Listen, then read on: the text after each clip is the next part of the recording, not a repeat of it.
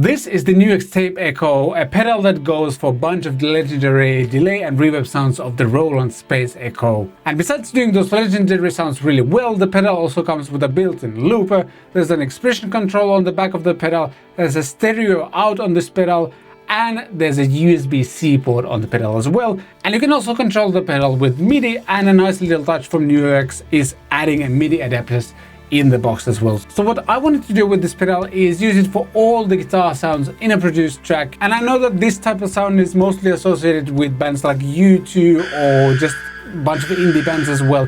Wait, what? Flat from the QC department of Catpic Studios. I don't know what that guy was talking about, but how about bands like, I don't know, Radiohead or Pink Floyd, for example? Those are probably way more famous for using the Roland Space Echo than U2 or any of the indie bands. But back to that guy, sorry about that. But I wanted to see how this works for ambient metal. So the natural thing to do was to take a song called Ocean from my EP called The First Four and re-record all of the guitar tracks of that song using this thing. We are going to hear that song next, and then I'll break down how I got all of the sounds.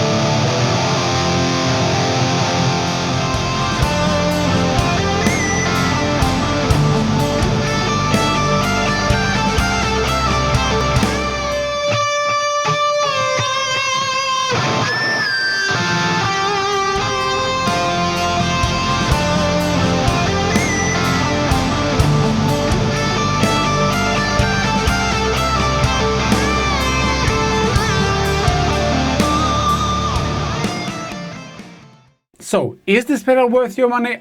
I'm gonna say yes, if you obviously want to have this sound. All of these, I think it's called like a Vertigo series of NUX pedals, are just really well built, and this is no exception to that rule. Everything feels solid, the switches feel good, the knobs feel good.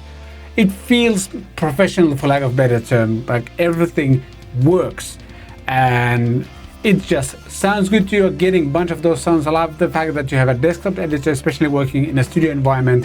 I'd rather tweak something on the desktop editor than twist the knobs, and you can actually get some deep editing done faster on the desktop editor than kind of browsing through menus over here. So that's really nice. I also really like the idea of kind of offering enough versatility, so it's not like a one-trick pony doing just one type of delay sound, but also not completely overwhelming you with like hundreds and hundreds of features. I also love the little touch of actually having like adapters for these new kind of MIDI ins and outs. That's a really cool thing as well.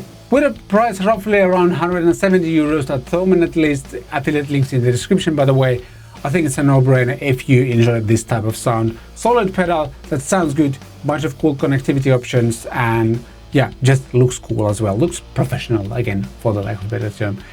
If you enjoyed this video, please consider giving this a like, hit the subscribe button, all the buttons. There's a bunch of other videos and things like that I've done on the screen as well. And if you got any questions, be sure to ask those in the comments down below.